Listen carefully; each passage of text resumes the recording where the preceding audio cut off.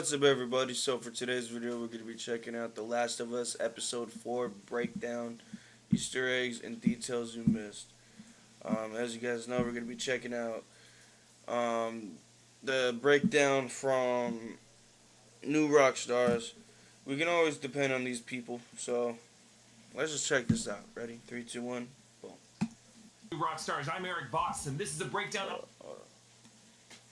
Ready? 3, 2, 1, boom.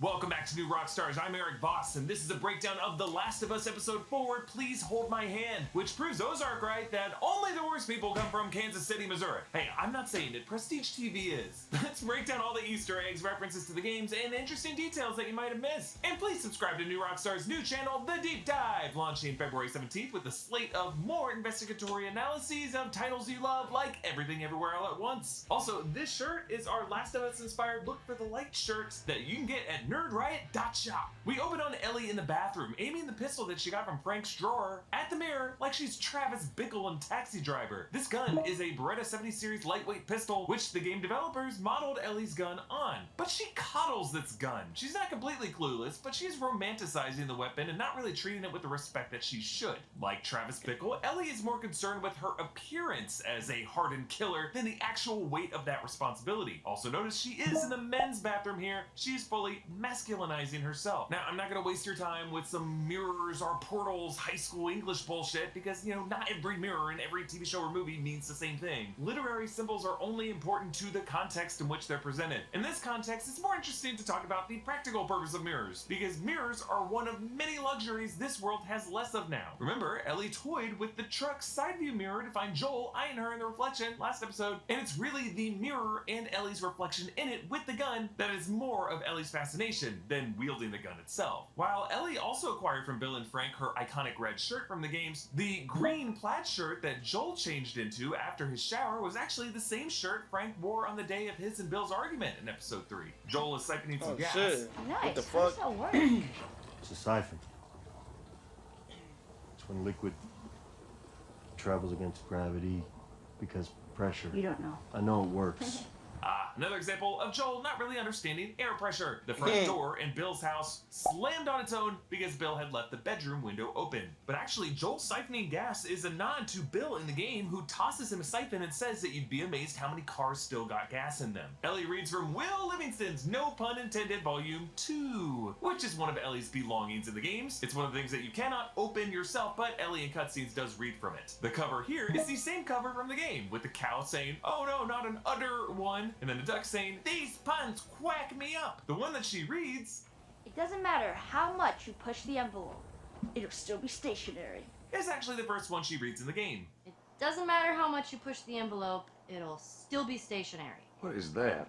It's a joke book. No Pun Intended, Volume 2, by Will Livingston. There's also some pretty precise accuracy to the game with the game Whoa, Boy what the magazine that fuck? Ellie I finds, forgot which about is the that exact shit. same I didn't even know. bearskin cover, same model pose, Whoa, same what the text, fuck? Men of the Den, college hotties, Ace Spawn champ, and Ellie making the same jokes. It's not for kids. How do Ellie, you even walk around with that thing? please get rid of it. Hold your horses. I want to see what all the fuss is about. Why are all these pages stuck together? I'm just with you.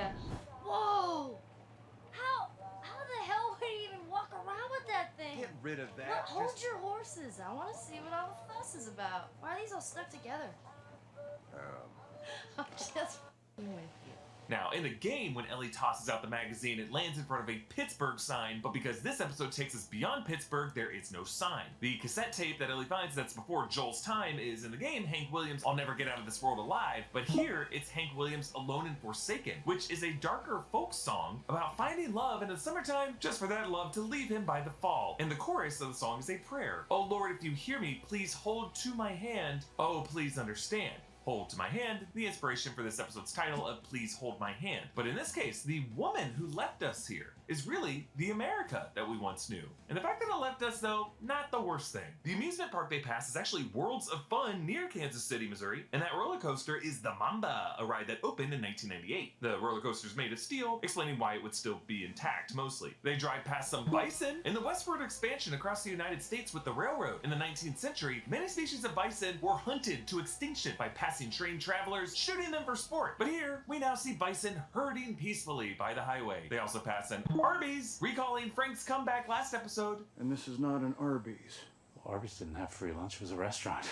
Then they pass this collapsed train bridge. This is an actual bridge in Lethbridge, Alberta, and notice how a train stretches across it, a car dangling off. Now, if the world shut down not too long after Outbreak Day, that probably would have been too soon for the bridge to corrode naturally and collapse on its own. So either this train was warmed back up years after Outbreak Day and the bridge then collapsed, or maybe the government bombed this bridge to stop this train from reaching a nearby city. They pull off the road to sleep in the woods with no campfire to avoid being spotted by people, as this series in this episode is adding to the danger of infected, the danger of humanity. So what are they gonna do, rob us? Well, they'll have way more in mind than that. Okay. Now Joel tells her this to give a stern warning to not wander, but later as they try to sleep, she brings it up again. Those people you said. There's no way anyone knows we're here, right? No one's gonna find us. No one's gonna find us. So Joel regrets scaring her, and so he stays up all night to keep a lookout with his rifle. He is doing for her what we assume Bill did for many nights for Frank, letting his partner sleep while he keeps watch. That's why the coffee the next morning is so essential for Joel. Ellie crawls over to it, cocooned in Frank's sleeping bag. Episode 2 depicted her in a larval fetal stage as a butterfly flapped over her head, and now she is in the cocoon phase of her metamorphosis. Now Ellie's roadmap has a red marking for an area east of Pittsburgh, which again is supposed to be the next stop in the game, but here on the show they bypass it. 76 west and then 70 west for like ever. I-70 does go forever, from western Pennsylvania to Columbus to Indianapolis to St. Louis, then to Kansas City. Joel recaps what happened with Tommy, how Tommy was a joiner who enlisted to fight in Desert Storm, and then after the outbreak formed a crew that moved to Boston and joined up with Tess, and that worked until Tommy met Marlene and then joined the Fireflies, and then quit the Fireflies and moved to Wyoming. Ellie asks, If you don't think there's hope for the world, why bother going on? I mean, you gotta try, right? You haven't seen the world, so you don't know. You keep going for family. That's about it. I'm not family. No, you're cargo. But I made a promise to Tess, and she was like family. I think Joel secretly by now sees Ellie as more than cargo, but he doesn't want her treating him like a father yet. Ellie claims she's tired, but we jump cut to her out like a light as they pull up to Kansas City. Now Pittsburgh to KC is a 13-hour drive, which would be more if they have to stop every hour for gas. I don't know, maybe it's late enough in the year for the days to be really long, and when they arrive to Kansas City it's late afternoon, but we know this is one day because later Ellie says it's her second day in a car. So Joel must have been flooring it the whole way. Either way, our man is exhausted. The tunnel to Kansas City is blocked by a Sara Lee bread truck. Damn, flour, always ruining everything. And one of the cars has a burnt corpse inside. So these drivers might have been torched to prevent potential infected from getting in the city. They get lost in the city. Is a highway. I can't tell from this. I'm all turned around. Well, don't look at the state map. Look at the I inside. don't know why we are in that either. Since Kansas City is on the border of two states, Missouri and Kansas, Ellie would really need to look at a scaled-in city map, not a state map. Now, they pass a cinema playing Matchstick Men and Underworld, both of which released in the month of September 2003. And yes, that is the Globe Theatre of Calgary in Alberta, Canada, where they shot a lot of these outdoor scenes. Now, in an alley is a burnt pile of corpses, and you can actually see their skulls intact, which Joel explained last episode means that these people were killed without being infected, which is bad news. They find the QZ vacated, though, and Joel immediately sees it's a trap. Are we gonna help him? No. As we saw in the pilot episode, Joel does not stop for anyone. Later, he tells Ellie how he knew it was a trap. I've been on both sides. It was a long time ago. We did what we needed to survive. That explains why Joel doesn't pass any moral judgment on these people. He doesn't really take anything personally. They do take things personally, and that's why Joel is able to execute here. He's all business. They crash into a laundromat where they get holed up by gunfire. They're not gonna hit you. Look at me. They're not gonna hit you. Yeah, pretty confident words considering everything is exploding around them, but Joel called his shots earlier this episode. What if you don't find him? I will. How do you know? I'm persistent. So Joel takes out one of the hunters, which catches the other by surprise. I like that we hear these hunters in the background, but we never cut to them in close-up, reflecting the experience playing the game, where we stay with Joel's point of view and have to listen to all these NPCs cussing you out. Taking care of yourself is important, so good thing Geology makes it easy to do. Geology is a 16-time award-winning personalized skincare company recognized in Hypebeast. Link in the description. The younger hunter gets a drop on Joel.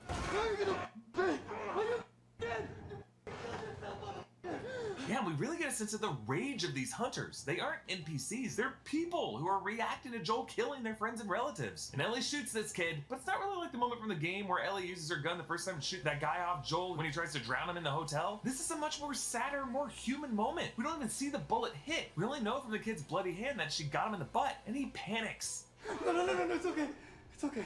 It's over. We're not fighting anymore. I'm gonna go home. I'll tell everyone you're good. I don't know what to do. Yeah, this isn't a Walking Dead savior who's evil to the bitter end. This is more like Mellish's heartbreaking death in Saving Private Ryan. This kid is begging for his life, and he tells him his name to try to make himself harder to kill, which is one of the first things Frank did when he met Bill. First, my name's Frank. I'm Brian. What's your name? But it doesn't work, and Joel kills Brian. But not with Ellie's Beretta, but with a knife. And actually, learning Brian's name gives us more info later when the other hunters arrive. From here, we cut to a former Fedra prison facility where there are bullet holes and bloodstains on the walls, showing us that this place was taken by force. The hunter's leader is Kathleen Melanie Linsky, a new character created for the HBO series, and she interrogates this doctor. The Bergquists. No. Mark Anthony Halpin. Carrie Schreiber. Haven't seen them. The Chans. Henry Burrell. Mark Anthony Halpin is actually a nod to Craig Mason's friend and a known puzzle master, Mark Halpin. Craig Mason is a huge hobbyist when it comes to puzzles and things like that. A list of names reminds us of Hans Landa's interrogation at the beginning of Inglourious Bastards, when he lists the names of Jewish families who went into hiding. This is often what happens when a new military force violently takes over and wants to root out all the families they deem disloyal to the new regime. But as Kathleen reads the Federal Rights Board, medical attention, family visit, food, and clothing, she reveals these as false promises from an old guard that she suffered under. I wonder if this is the cell where my brother was beaten to death. The doctor tries to clean his hands of all these war crimes. It has to stop. It has to stop now, you mean? Now, I know I just compared Kathleen to a Nazi character. She's also similar to a Mossad agent hunting down doctors who work for the Nazis. She wants revenge, all the evil that hurt her loved ones, to never be able to hurt anyone ever again, and that includes guilt by association. So she wants to find Henry, whom she believes ratted on her brother to Fedra, and the doctor won't tell her where Henry is. He thinks she's bluffing. I'm your doctor. But the hunters bring back the people Joel wounded and killed, and we see that he stabbed Brian in the chest. An arguably more merciful wound than, I guess, cutting his throat. At least this gets to be an open casket. Kathleen asks, Will he live?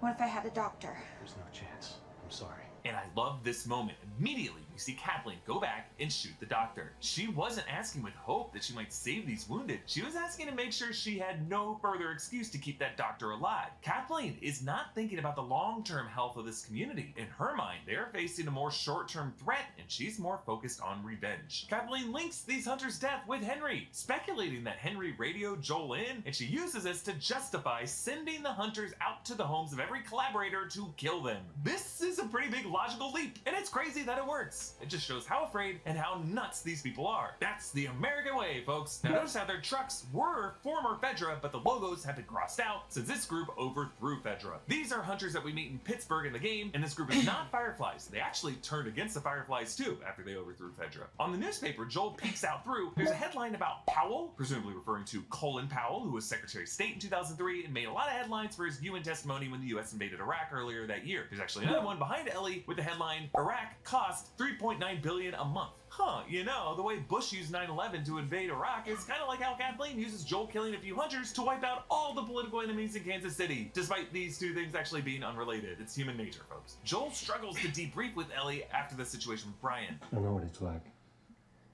First time that you hurt someone like that.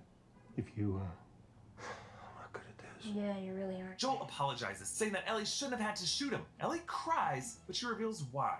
It wasn't my first time. Yeah, Ellie isn't crying over shooting Brian, she's crying over some past person that she hurt. Joel teaches Ellie how to hold the gun with two hands, thumbs interlocked, which makes it harder for her to drop the gun when it recoils or if someone were to try to grab it. Now, Kathleen's lieutenant is Perry, played by Jeffrey Pierce, who plays Tommy in the games. Jeffrey Pierce actually said in the behind the episode featurette that Perry has a past in the military, making me wonder if he was a former Fedra soldier who turned on the rest of Fedra and helped Kathleen overthrow them. Maybe he was a witness to Kathleen's brother getting beaten to death. He takes her to Henry and Sam's hideout with Sam's drawings of a superhero on the walls. Both Henry and Sam are actually drawn as superheroes. And notice, as Kathleen first enters this attic, One of the superhero's foes is a Fedra soldier in blue uniform and riot gear. So really, Henry and Sam's enemies are the same as Kathleen's enemies. Perry then shows her this caved-in room with a floor that pulsates from beneath, presumably some infected below. I'm gonna talk more about what's going on here in spoiler corner. After climbing 33 floors, Joel spreads some broken glass. I don't want someone sneaking up on us while we're sleeping. Oh, I get it. Crunch, crunch, crunch. You sure you're gonna hear it? Of course I'll hear it. That's the damn point. Again, this has all been one day. Joel got no sleep the night before because he was guarding Ellie. He then drove 13 hours. Then they crashed. Then he had to shoot 2 guys. And then he was nearly strangled. Then he stabbed that kid. And then he climbed 33 flights. Our man is 56 years old. A bomb could go off and it wouldn't wake him up after this exhausting day. But Joel asked Ellie about the first time she hurt someone. And Ellie, for the first time, doesn't want to talk about something. Ellie then deflects, saying Joel doesn't hear too well out of his right ear. But you know, that's also the side that was facing her in the truck during their drive. He might have just been ignoring her, but Joel doesn't deny it. He attributes it to years of shooting on that side. And Ellie's diarrhea pun relaxes Joel enough so that he can fall asleep. And he is now turned toward Ellie with his watch facing out, his father-daughter connection returning. But Henry and Sam have found them. Sam perched on Joel with a superhero mask painted on his face. And we end the episode with a gun in our face, reminding us of Ellie back in the first scene pointed a gun at the mirror. But in this instance, Sam correctly has both hands on the gun, signaling to Joel that this kid doesn't need him to teach him how to kill. Okay, on to spoiler corner. Let's talk about that cave-in. This likely was above the sewer, which in the Pittsburgh section of the game that these episodes are relocating from is where a group of survivors try to make home, but then they all get infected. But since the Bill part of the game is where you meet your first bloater, and we didn't see a bloater in episode 3, I am guessing the trailer shot of the bloater rising up from a hole in the ground might be coming next episode, and a bloater might be among the sewer runners and clickers that are going to be crawling up through this building. But also, remember, this series is suggesting that the fungus's fibers grow deep beneath the ground and snake through the soil, and are all connected by a network. Based off the world's biggest organism being in Eastern Oregon, a single fungus that spans like 4 square miles. So I think the fibers of this fungus may have helped tunnel beneath this ground to free the infected underneath. It's one big patch of cordyceps all working together to release more of these drones. We'll get to know Sam and Henry next episode, so there's no need to say too much about them, other than the show is really connecting them more to these hunters, that there's some history between Henry and Kathleen, whereas in the game, Henry and Sam arrive to Pittsburgh after coming from Hartford, and don't really have that much of a history with the hunters. And of course the question, who did Ellie hurt? Well, Joel and Ellie's chat wasn't about shooting someone, it's about hurting someone, so maybe Ellie might just be alluding to some survivor's guilt over Riley getting infected. We know Riley's undermined. The Mortal Kombat 2 game was a reference to Left Behind when Riley told Ellie about an arcade game, and of course this joke book was a joke book given to her by Riley. And then remember back earlier in the episode, there was this moment where Ellie looks up at the night sky, which could be setting up the moment from part 2 of the game when Joel takes Ellie to a space museum for her birthday and gives her an audio of an Apollo launch so that she can imagine space travel. This girl, from considering a truck a spaceship, someday she will be able to sit in a real spacecraft. Hey, by the way, I have been wearing Joel's iconic Flint and Tinder wax canvas trucker jacket from Huckberry. You can buy your own by clicking the link in the description, and that'll support New Rockstar's Last of Us coverage. Another reminder to subscribe to The Deep Dive. You can follow me on Instagram and Twitter at EABoss. Follow New Rockstars and subscribe to New Rockstars for more analysis of everything you love. Thanks for watching. Bye. Yeah, I really want to play the game.